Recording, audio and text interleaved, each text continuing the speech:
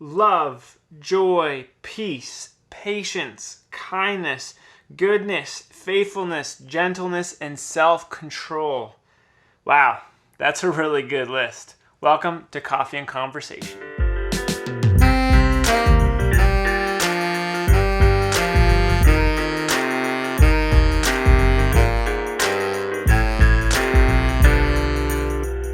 Good morning. Welcome to Wednesday's Coffee and Conversation video. Thank you for joining with us. Glad that you're here.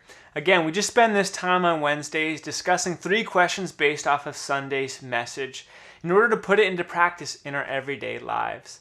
So this past Sunday, Pastor Connie finished up her 2-part series, Pour Your Spirit Out, which is all about this prayer of inviting the Spirit to come and make all the difference in our lives.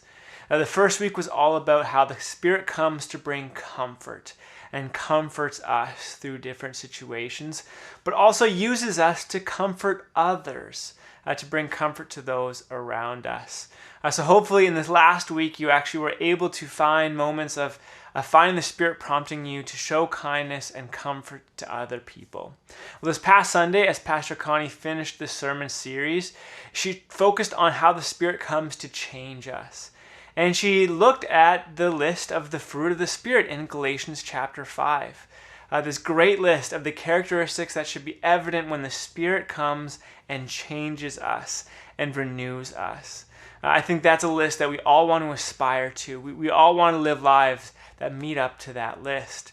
And so we ask that the Spirit would come and do that in our lives. So we have, again, for you this week, 3 questions just to help you think through that message and think through that list.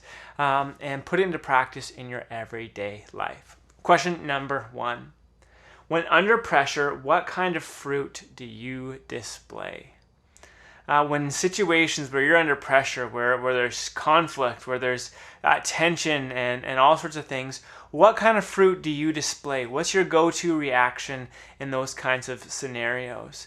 Maybe even just think back over this past year. We've lived through a pandemic. Something just absolutely insane. Think back and look at it. What kind of fruit did I exhibit most? Was it good fruit, like love, patience, and kindness? Or was it bad fruit, negative fruit? Maybe take some time to reflect upon that. That leads us to question number 2. How would you like to see your life change? In what ways would you like your life to be changed? Would you like the Spirit to come and make alterations to your heart?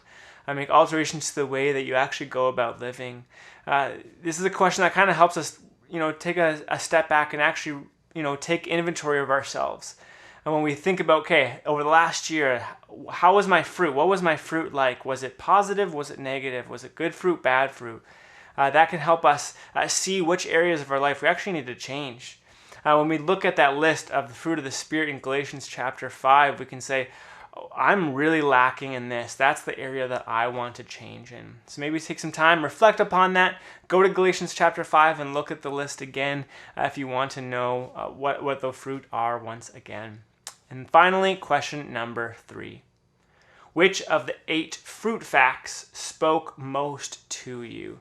So Pastor Connie, in her message, she presented 8 fruit facts. They're on the screen right now next to me. Maybe you just pause this video, take some time to read through them. You can go back and listen to her message as well as she expounds upon each one of these facts, these aspects of what it means to have fruit in our lives. But which one of these 8 facts most resonated with you?